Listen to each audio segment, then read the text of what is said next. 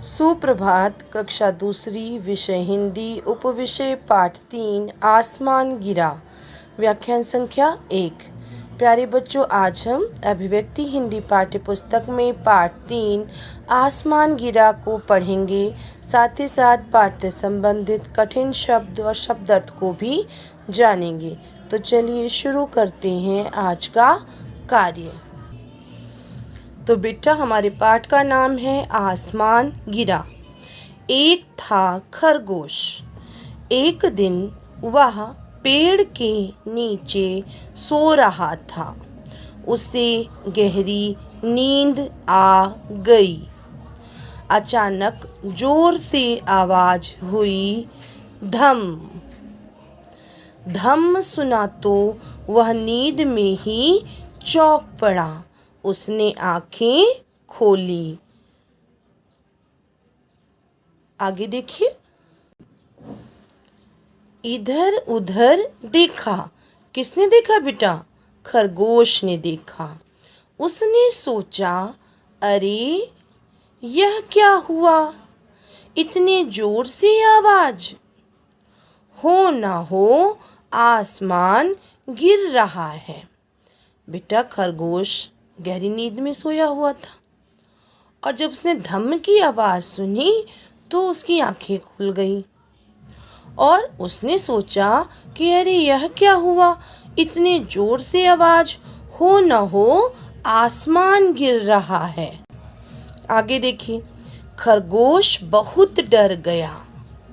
वह वहां से भागा। तेज, बहुत तेज। लोमड़ी ने खरगोश को तेजी से भागते हुए देखा। उसने उसे आवाज दी। खरगोश बेटा बहुत डर गया और वह बहुत तेज से भागा। लोमड़ी ने खरगोश को तेजी से भागते हुए देखा तो लोमड़ी ने खरगोश को आवाज दी। बोली, खरगोश भाई, क्यों भागे जा रहे हो? बात तो बताते जाओ। लोमड़ी ने खरगोश से कहा कि भाई क्यों भागे जा रहे हो? बात तो बताते जाओ। खरगोश हाफता हुआ बोला। बेटा, हाफता का अर्थ है सांस फूलना। खरगोश हाफता हुआ बोला, बहन भागो, तुम भी भागो, आसमान गिर रहा है। आसमान गिर रहा है, लोमड़ी ने सुना। खरगोश ने बताया लोमड़ी से कि बहन भागो, तुम भी भागो, आसमान गिर रहा है। तो लोमड़ी ने सुना और लोमड़ी ने भी कहा, आसमान गिर रहा है। वह भी डर गई और भागने लगी। आगे आगे खरगोश भागा, पीछे पीछे लोमड़ी। चलिए बेटा, इसके आगे पढ़ते हैं। भालू ने दोनों को भागते हुए देखा। पूछा, भागे भागे कहाँ जा रहे हो? कोई नहीं रुका। भालू ने लोमड़ी और खरगोश को भागते हुए देखा तो भालू ने भी पूछा कि भागे भागे कहाँ जा रहे हो? लेकिन कोई नहीं रुका। लोमड़ी भागते भागते बोली, भालू भैया भागो, तुम भी भागो, देखते नहीं आसमान गिर रहा है। लोमड़ी ने भालू से कहा कि भालू भैया भागो, तुम भी भागो, देखते नहीं आसमान गिर रहा है। आगे देखिए बेटा। हाथी तो था मोटा तगड़ा। हाथी जो था ज्यादा वजन वाला था, मोटा था। डील डॉल का भी बहुत बड़ा, पर भालू की बात सुनकर डर गया। हाथी मोटा तगड़ा था, डील डॉल का भी बहुत बड़ा था, पर भालू की बात सुनकर बेटा वह भी डर गया। वह भी भागने लगा। चारों ही भाग रहे थे, तभी मिला शेर। कौन मिला तभी? शेर मिला। शेर दहाड़ा। शेर की आवाज़ कैसी होती है पता है ना आपको? शेर दहाड़ता है, यानी कि जोर से गरजते हुए बोला, सब के सब कहाँ भागे जा रहे हो? रुको, बताओ क्या बात है? शेर ने दहाड़ते हुए कहा कि सब के सब कहाँ भागे जा रहे हो? रुको, बताओ क्या बात है? आगे देखिए, चारों ही रुक गए। हाथी ने कहा, महाराज, आसमान गिर रहा है, आप भी भागो। शेर की बात सुनकर चारों ही रुक गए। हाथी ने कहा, महाराज, आसमान गिर रहा है, आप भी भागो। शेर दहाड़ा, क्या कह रहे हो? किसने देखा है आसमान को गिरते? हाथी, तुमने देखा है। बेटा, शेर ने दहाड़ते हुए कहा कि क्या कह रहे हो? किसने देखा है आसमान को गिरते? हाथी से पूछा कि हाथी, तुमने देखा है? हाथी ने सिर हिलाया और बोला, भालू ने देखा है। मुझे तो भालू ने हाथी ने सिर हिलाया और बोला, भालू ने देखा है, मुझे तो भालू ने ही बताया है। शेर ने भालू की ओर देखा। भालू बोला, मुझसे तो लोमड़ी ने कहा था कि आसमान गिर रहा है।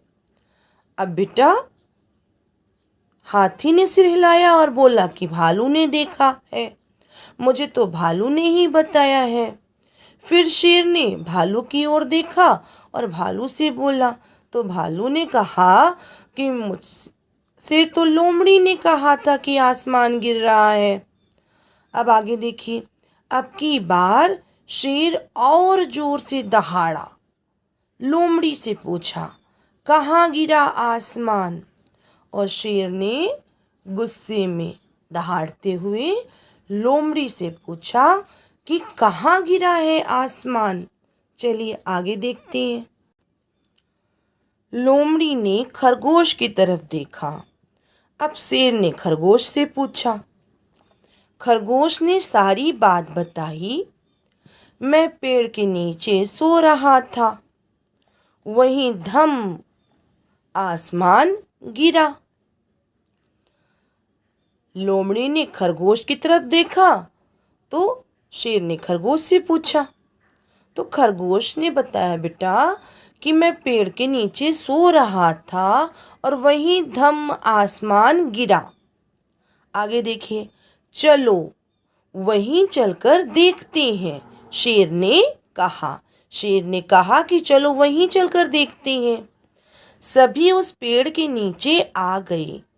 सबने देखा वहां तो सेब का फल पड़ा था। तभी वैसा ही एक और बड़ा फल गिरा, धम। सभी उस पेड़ के नीचे आ गए जहां खरगोश सो रहा था।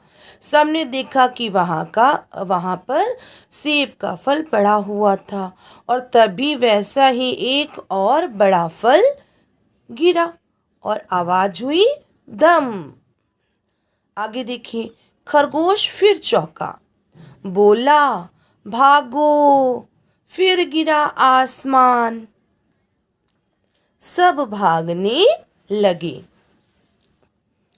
आगे देखिए, शेर ने डांटते हुए कहा, ठहरो, कहाँ भाग रहे हो? शेर ने डांटते हुए कहा कि ठहरो, कहाँ भाग रहे हो? उसने सेब का फल दिखाया और कहा, यही है तेरा आसमान। फिर शेर ने क्या किया बेटा? सेब का जो फल था उसे दिखाया सभी को और कहा कि यही है तेरा आसमान। सबने शर्म से अपना सिर झुका लिया और सभी इस बात को सुनने के बाद में लज्जित हो गए, उन्हें शर्म आ गई कि एक सेब के फल को वो अब तक क्या सोच रहे थे कि आसमान गिर रहा है। तो बेटा इस कहानी से हमने सीखा कि हमें अफवाह पर ध्यान नहीं देना चाहिए, सच्चाई का पता लगाना चाहिए।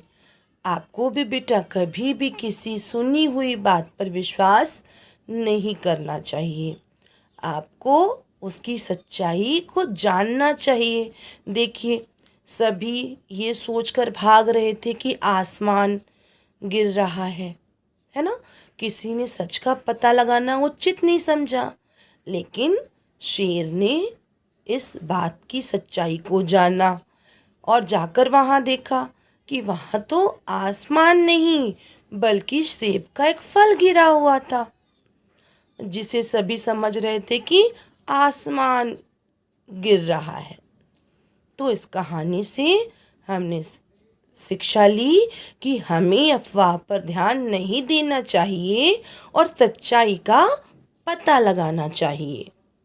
अब चलिए बेटा पार्ट 3 में आए हुए कठिन शब्दों को भी जान लेते हैं। देखिए बेटा, सबसे पहले जब आप इन कठिन शब्दों को लिखेंगे तो ऊपर लिखेंगे दिनांक और आज की दिनांक डाल देंगे। उसके नीचे आपको लिखना है दिवस और आप दिन डालेंगे। एक लाइन छोड़कर आप लिखेंगे पार्ट 3 आसमान गिरा और फिर लिखेंगे कठिन शब्द। तो पहला कठिन शब्द है हमारा बेटा अचानक, अचानक। दूसरा कठिन शब्द है चौक, दूसरा कठिन शब्द है चौक। तीसरा कठिन शब्द है वहाँ, तीसरा कठिन शब्द है वहाँ।